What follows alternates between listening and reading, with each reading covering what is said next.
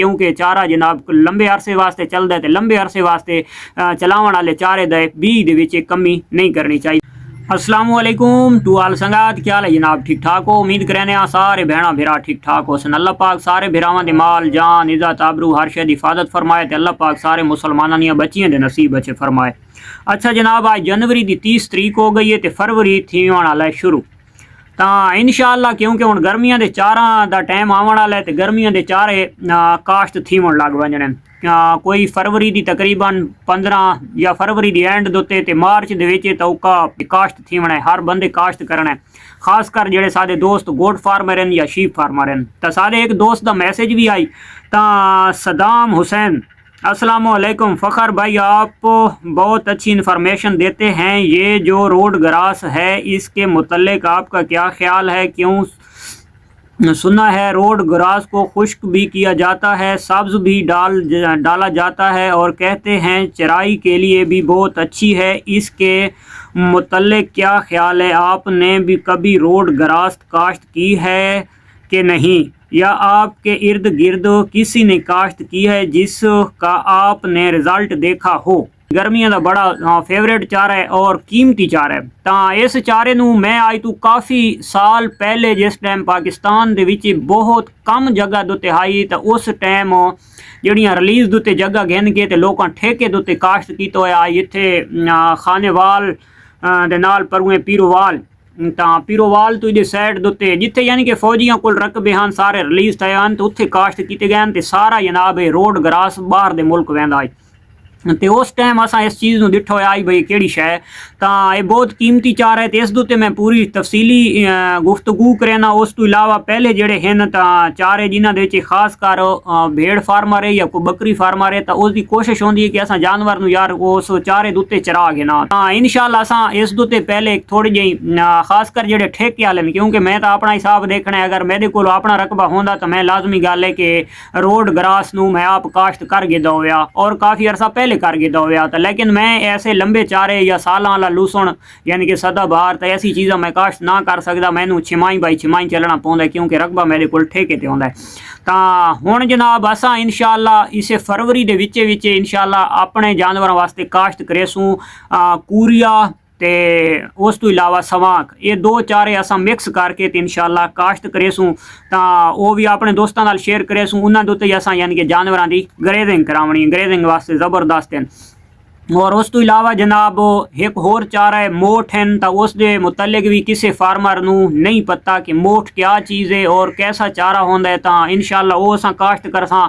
तो ये जड़ियाँ नॉर्मल रकबे यानी कि रेत वाले रकबे ये उन्होंने चारां की गल करना पिया, तो वो भी अपने दोस्तों नाल शेयर करसां। उस चीज़ नूं भी असां यानी कि जड़ा है ना कूरिया और सवांक, ये दो चीज़ां असां सिर्फ सब्ज़ इस्तेमाल कर सकते हैं। तो जेड़े नाल हैं मोठा नूं असां दोवें तरीके इस्तेमाल कर सकते हैं, यानी कि गर्मियों की आखिर दी काश्त करके असां उसकी हे तैयार करके भी रख सकते हैं सर्दियों दी खिलावन वास्ते, और उसनूं सब्ज़ भी इस्तेमाल करा सकते हैं। वो भी बहुत कीमती शै।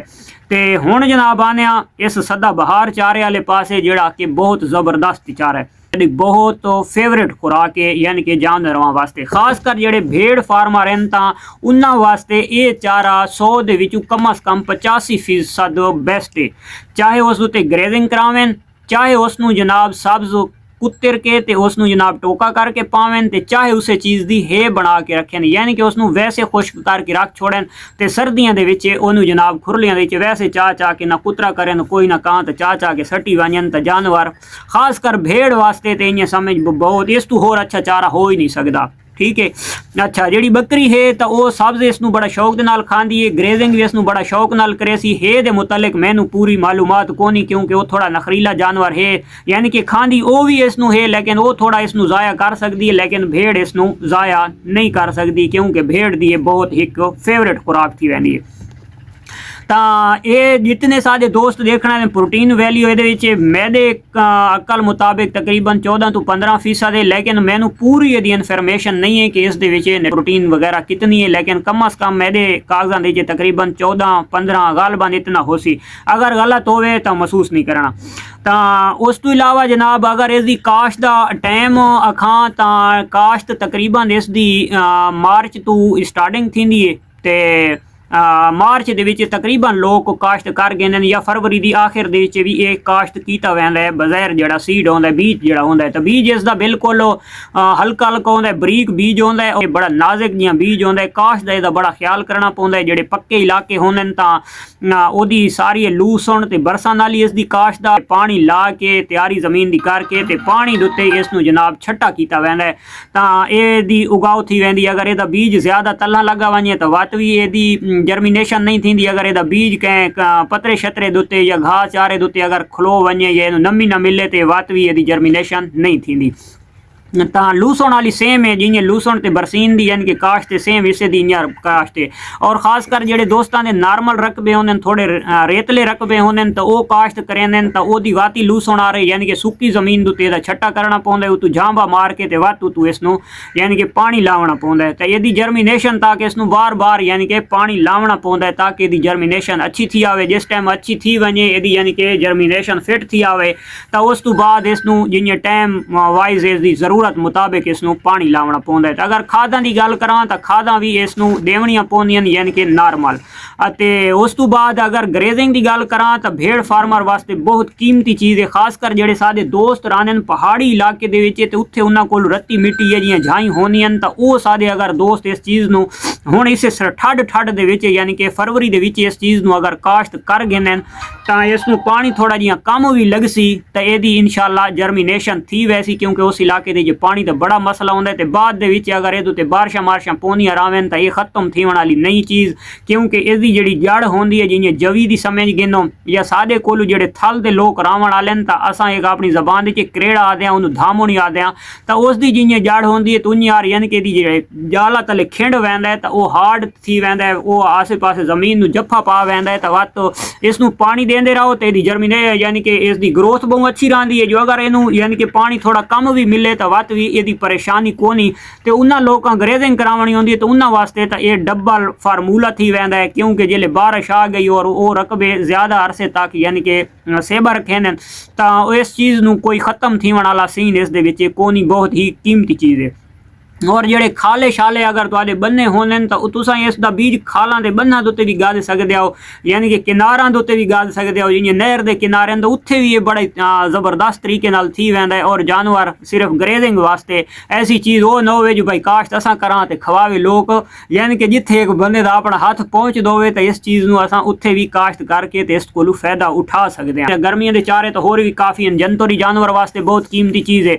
मोर थी गया रेतले इलाके वास्ते कीमती चीज़ ग्वारा थी गया वो ते मकई थी गई छोटे जानवर भेड़ थी गई बकरी थी गई तो एक कम टाइम चलन वास्ते चारे बहुत ज़बरदस्त चारे लेकिन अगर जड़ा लॉन्ग टाइम वास्ते चलावना चाहते तो उस वास्ते चारा कमाल चारा है अपना रोड ग्रास गर्मियां सारियां चलता है। सर्दियों के विच इसका हालात डाउन थी वैंदा जितने ही यानी कि चारे हैं तो ऐसे इंपोर्टेड थे हुए तो इंपोर्ट चारे तो वो सर्दियों के विच ग्रोथ कम करें लेकिन रोड ग्रास की एक गल मैं अच्छी दिखी है क्योंकि ये तकरीबन 4 इंच दुते वंज के तो उथाई रोक वैंदा 3 तो 4 इंच दुते वंज के रोक वैंदा तो इस चीज़ के उत्ते तुसां वत भी उसनूं सर्दियों के ग्रेजिंग करवाते रहो ठीक है। जानवर तू खांदा रही तो ये जड़ तले फैलती रही इनू पानी लगता रही तो जिमें सर्दी खत्म है तो उस तो बाद ये वत ग्रो करन लग पैंदा है। अगर ग्रेजिंग करवाते रहो तो वत भी ठीक है जो अगर इसनूं तुसां कप के कुतर के जानवर नूं पैसो तो वत भी बहुत ज़बरदस्त चीज़ है। तो इस चीज़ उत्ते तुसां जनाब अगर इसकी कटाई की गल करां तो तकरीबन 4 इंच 3 इंच 4 इंच छोड़ के तलू इसनूं कपना पौंदा है। असां जिहड़ी उत्थे कटाई अपनी अखी नाल प्रैक्टिकल दिखा है तो इसनूं जिवें लूसण नूं यानी कि बिल्कुल रगड़ के कपींदा जमीन दे नालू तो इनूं उंज नहीं कपना पौंदा। और जिहड़ा बीज है तो इसकी काश दा तो तकरीबन मेरे को एक पैड तो आया हुआ है रोड ग्रास का तकरीबन आते हैं 1 कनाल दे विच 1 kg काश्त करना चाहिए लेकिन जिहड़ी बीज की ओहदी क्वालिटी होंदी है जिहड़ी ओहदा हिसाब है तो कम अज कम 1 कनाल दे 1 kg कामे बीज कम अज कम 1.5 kg 1 कनाल दे विच होना चाहिए तो 8 कनाल दे कम तो कम जिहड़ा तो 12 kg लाजमी होवे घट तो घट 12 kg होना चाहिए लेकिन कंपनी जिहड़ा तो आती है 8 kg ते लेकिन जिहड़ी उसकी बीज की क्वालिटी है तो मेरे देखण दे तकरीबन उसकी जर्मिनेशन उसी 60 तो 65 या 70% तक कम अज कम 1.5 किलो मौजू लाजमी है क्योंकि चारा जनाब लंबे अरसे वास्ते चलता है तो लंबे अरसे वास्ते चलावन वाले चारे दे बीज दे विच कमी नहीं करनी चाहिए। तो मिलते हैं इंशाअल्लाह नेक्स्ट वीडियो तब तक दे सो इजाजत अल्लाह हाफिज़।